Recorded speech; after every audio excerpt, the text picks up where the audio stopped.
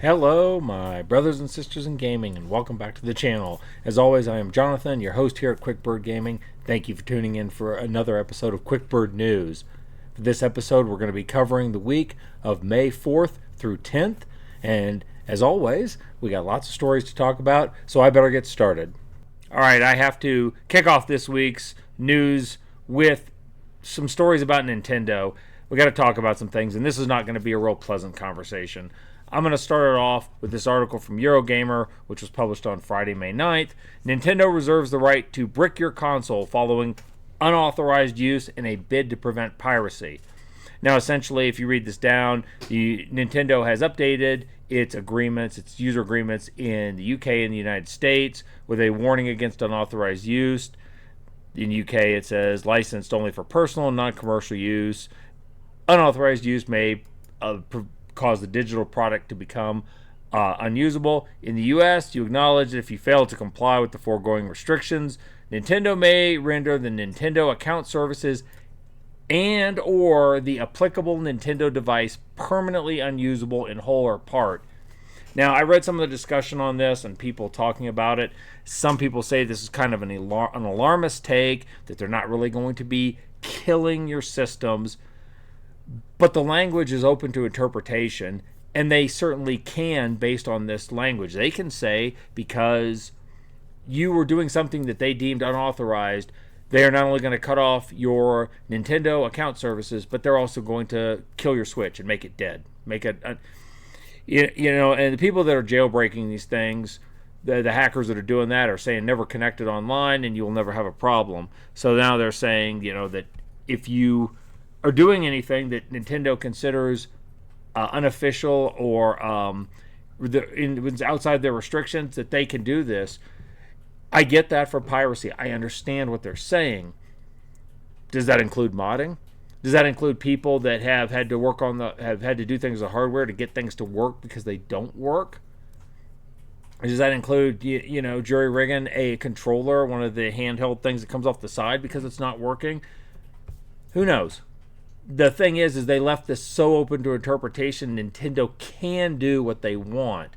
And this is where the problem comes in. Rules that are restrictive are scarcely the problem. It's rules that can be applied capriciously based on the entity's feelings in the moment that become a problem because it creates a lot of uncertainty. Now, you have that from Nintendo. Now you can add this article, which was from Insider Gaming, also published on Friday. Nintendo is trying to stop you from filing lawsuits against them with a new EULA amendment. Now, I think this applies only to Nintendo United States, Nintendo America, because of some of the verbiage. I don't know that this is the case for other countries. But they say Nintendo has amended the EULA to feature a class action waiver.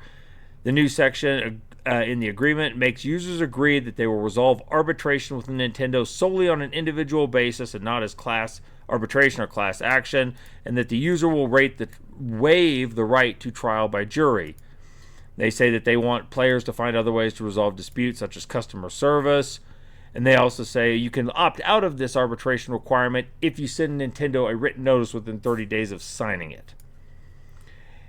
They also say Section 18 states that all claims, including the one Nintendo has on user violating its intellectual property rights, will be subject to and governed by the laws of the state of Washington, and that all will all be heard in the state and federal courts located in King County, Washington, USA, which is why I said that I think this is an America-specific rule. Nintendo is all about this lawfare. I swear to God, every time I turn around, they're doing something else. I'm going to talk about something they're doing to Palworld that's ongoing litigation here. I'm going to be honest, I'm not a lawyer. I don't have any legal training.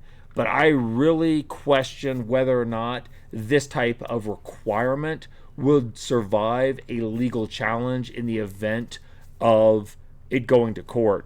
They say that people have to agree to waive the right of trial by jury. I don't think you can demand somebody preemptively waive their right to trial by jury as part of a condition of purchasing a product. I don't know that that would survive a judicial challenge. Some people might say, "Oh yeah, it's contract law and that's how it works."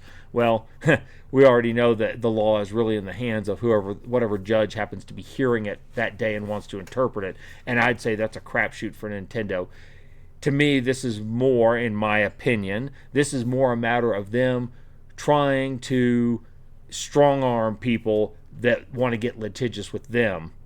Nintendo has absolutely zero problem suing any and everyone who bothers them, so it seems anyway. But I think they are trying to protect themselves from the exact same thing. And this idea about them wanting to deny people class action lawsuits, the entire point of class action lawsuits is to allow people who don't have a lot of money or a lot of reach to collectively band together to fight a bigger entity. That's a hallmark of our legal system, in theory. Individually, Nintendo can likely crush anyone with their financial reach. Any one person, unless you're taking on a multi-billionaire or something, they can probably crush any one person, and that is probably the point. If I had to guess, that is the point of this. Again, it adds an extra hurdle. People would have to get the ruling on that overturned before they could proceed with a lawsuit. So it makes it even more expensive and more difficult to fight them. And to me, it's incredibly shady. I think this is an action by a company that is trying to put themselves at odds with its customer. Now, as I mentioned a minute ago, there's this ongoing litigation against Pal World. This was published on Thursday, 8 May, over at Video Games Chronicle. Pal World confirms disappointing game changes forced by the Pokemon lawsuit. Now, they said that some things had to be changed last year, this lawsuit's been ongoing for a while, for months. On November 30th, they released a patch that removed the ability to summon pals by throwing pal spheres, instead changed it to a static summon. So in other words, the idea that it was a Pokemon ball type of mechanic, they've had to change. Then they say now, unfortunately, okay, with the implementation of this patch this last week, we must make another compromise. From this patch onward, gliding will be performed using a glider rather than with pals. Pals in the player's team will still provide passive buffs, but they now have to have a glider in their inventory in order to glide. I, again, would hazard a guess that this is a result, because of this ongoing litigation, Pal World is probably trying to avoid being crushed under this. Some people would say, well, that's because they're losing. It's because Nintendo had the right of it. Maybe, but I doubt it. I think the idea is Pal World is looking at this and going, we don't have the money to keep fighting this indefinitely. And all these things that are going on, we're going to have to make some compromises and make some changes to come out of this with a functioning company at the end of it. Again, I don't know that for a fact, but I'm just guessing. And to me, this is just a hallmark of the way Nintendo does business, and it's never going to change unless people stop supporting them. Now, I gave Nintendo kudos a couple weeks ago in the news when they were talking about their video game cards that allowed people to share their games within their Nintendo family. But now I think I have to call them out and say they're going the totally wrong direction. They are lining themselves up in this legal fortress where they're trying to make themselves as untouchable as possible so they can pretty much do whatever they want. They've jacked up the price of their games. They're trying to make it so people cannot use the legal system when they do wrong.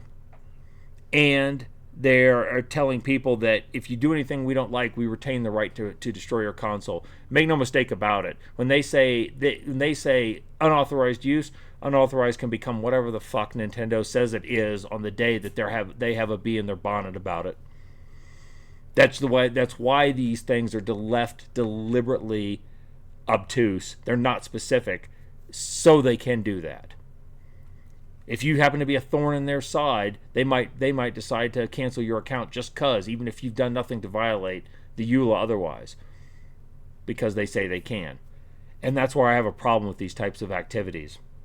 What if, and this, as far as I know, has never happened, but speculatively, just theoretically, what if Nintendo Switches started blowing up in people's hands? What if they shipped a whole bunch of batteries, again, in theory, that started overheating and started house fires? They had a defective lot and they just started house fires. You're going to tell me that they're going to have to, that they want, that individually people are going to have to get together to fight this behemoth company that will just crush them one by one over a EULA agreement? The upshot of this is that Nintendo has pretty much destroyed my last shred of respect for them as a company and interest in supporting them. They've got some interesting games out there, and they've got some I loved as a kid, but I won't give this company a red cent at this point. What y'all do is up to you, but just be aware of who you're dealing with. Okay, I got that rant out of the way. Sorry about that. Thanks for hanging with me through it, but I had to get that off my chest. Anyway, everything else in this week's news edition is going to be good news, with one exception, but we'll get to that later. Everything else is good news. So I'm going to skip over to this article from N4G. It was published on Thursday, May 8th. Rockstar confirms that the GTA 6 trailer is a mix of cutscenes and gameplay. Now, unless you've been living under a rock, I'm sure you know that Grand Theft Auto 6, Rockstar dropped the second trailer for it on Tuesday, and the reception has been amazing. I think it is, I thought I saw somewhere it says it's passed 500 million views already across the various channels. I know the official Rockstar channel release is about at 100 million views itself. And I reacted to it. You can see the video on my channel. And if you want to check that out, I would love it if you did. But one of my concerns, and a lot of people concerned, were that it looked like it was a lot of cutscenes. It looked like that they were showing us the best of the best. Well, then we read this article that says that it is a mix. And as you scroll down, okay, they show that on May 6th they dropped it. And people have been talking about that. While the graphics look too good to be true, the trailer did say it was captured on PS5, On May 7th, so on Wednesday, the day after they released it, they posted Grand Theft Auto Trailer 2 was captured entirely in-game from PS5, comprised of equal parts gameplay and cutscenes. And I agree with this summary where it says it's hard to figure out what parts are the gameplay and which are cutscenes, because they look very consistent, and that means it will be truly jaw-dropping. The fans had a couple of comments, like this one, who stated they all take place inside a gameplay. None of Rockstar's cutscenes are rendered outside. And the article finishes by saying Rockstar will be making history with this one. I said in my reaction, it's going to sell 25 million in the first month. It may be 50 million. I think it's going to be that amazing.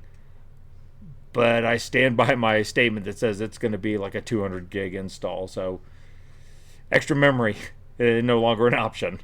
Next up is this story over at IGN, which was published on Thursday, May 8th. Mafia, the Old Country, tells a story that doesn't require a massive time commitment. Publisher sets price at $50 and announces a release date.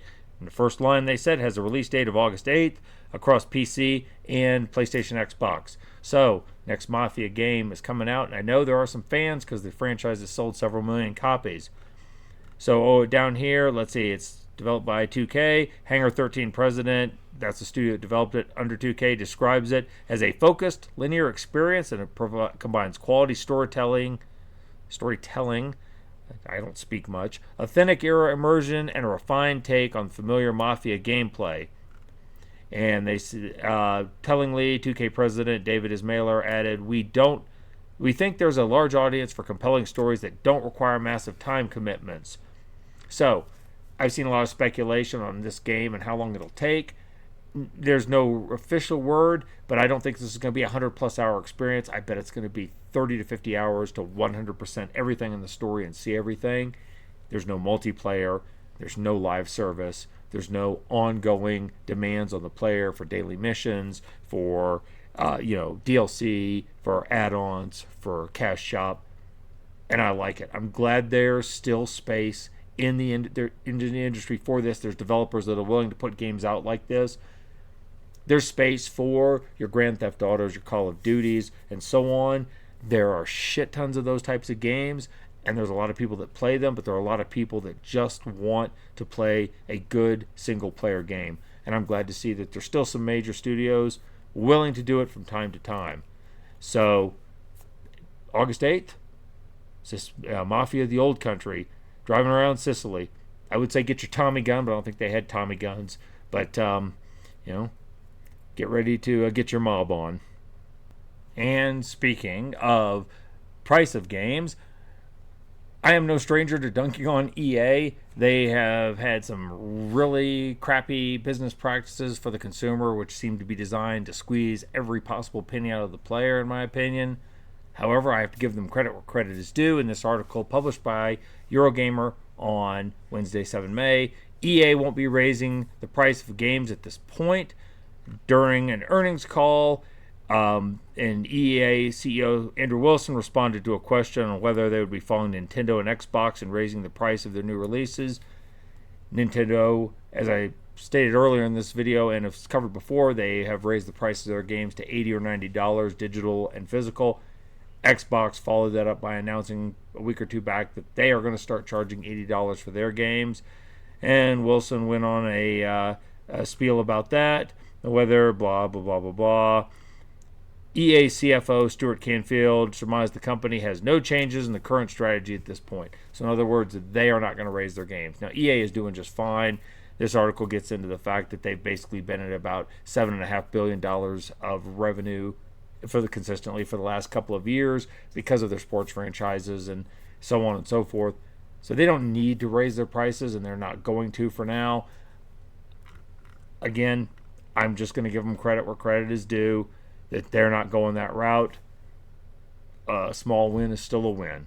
So if you're an EA fan, like an EA Sports fan, for the moment, you keep pulling them in at the same price. The next bit of what I would cite as good news comes from Dual Shockers, and it was published on Wednesday, the 7th of May. FTC pestering of the Microsoft Activision acquisition. Let me try that again. Of the Microsoft Activision acquisition, say that fast 3 times, finally comes to a close.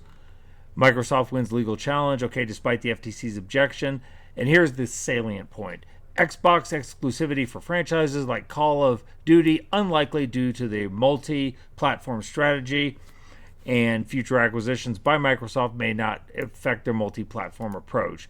Okay, so basically this goes through the history of Microsoft attempting to buy Activision Blizzard, the FTC trying to block it, citing antitrust concerns, and now it has been ruled in federal court that they're not going to block the government isn't going to be able to block the sale. So now Microsoft will own Activision Blizzard for sure and for certain.